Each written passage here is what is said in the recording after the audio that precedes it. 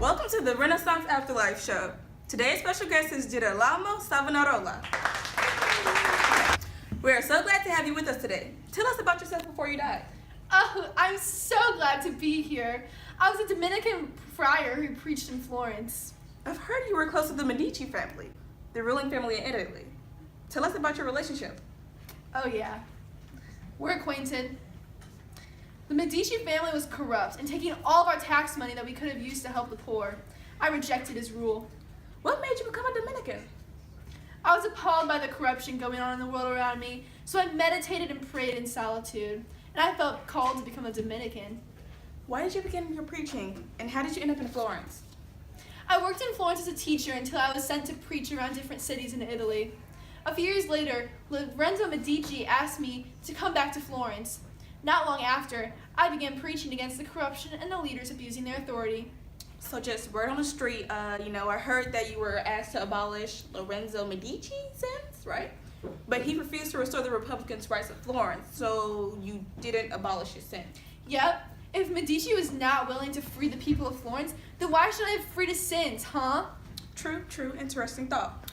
So we know King Charles VIII of France invaded Italy in 1492, and the Medici rulers ran, but you and a group of people were able to negotiate with the king to not sack Florence. How did that go about? Yeah, I met with a group of delegates, and we negotiated a deal with King Charles VIII of France. My preaching really touched people's lives, and made them see what was going on in the world. After meeting with Charles, I became dictator and reformed Florence. For example, the starving people on the streets were fed, and many shops opened to provide work for the unemployed. That's impressive.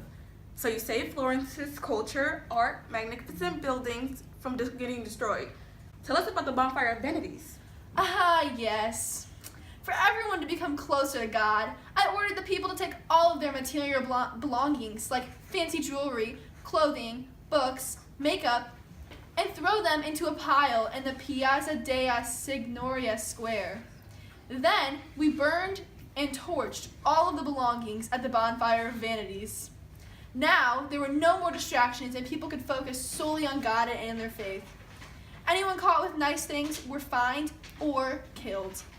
Let's talk about your arrest, shall we? Oh yeah, that.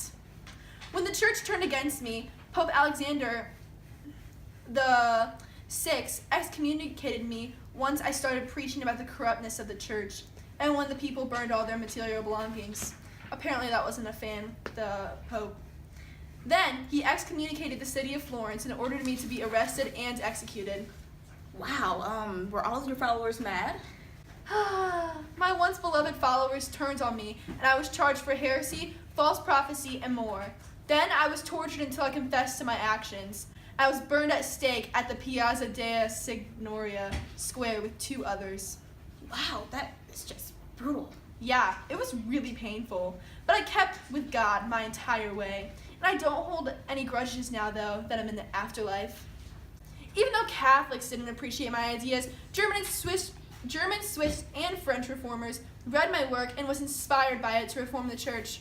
One of these reformers was Martin Luther, who was inspired by my teachings to break away from the church. I hear he even considers me a martyr. Well, that's all we have for today, folks. Don't forget, next week Spook Dog and Count Dracula will be performing live on the Afterlife Show. Thanks so much for joining us today, Giralmo Savonarola. It was a pleasure. Oh, thank you for having me. Woo!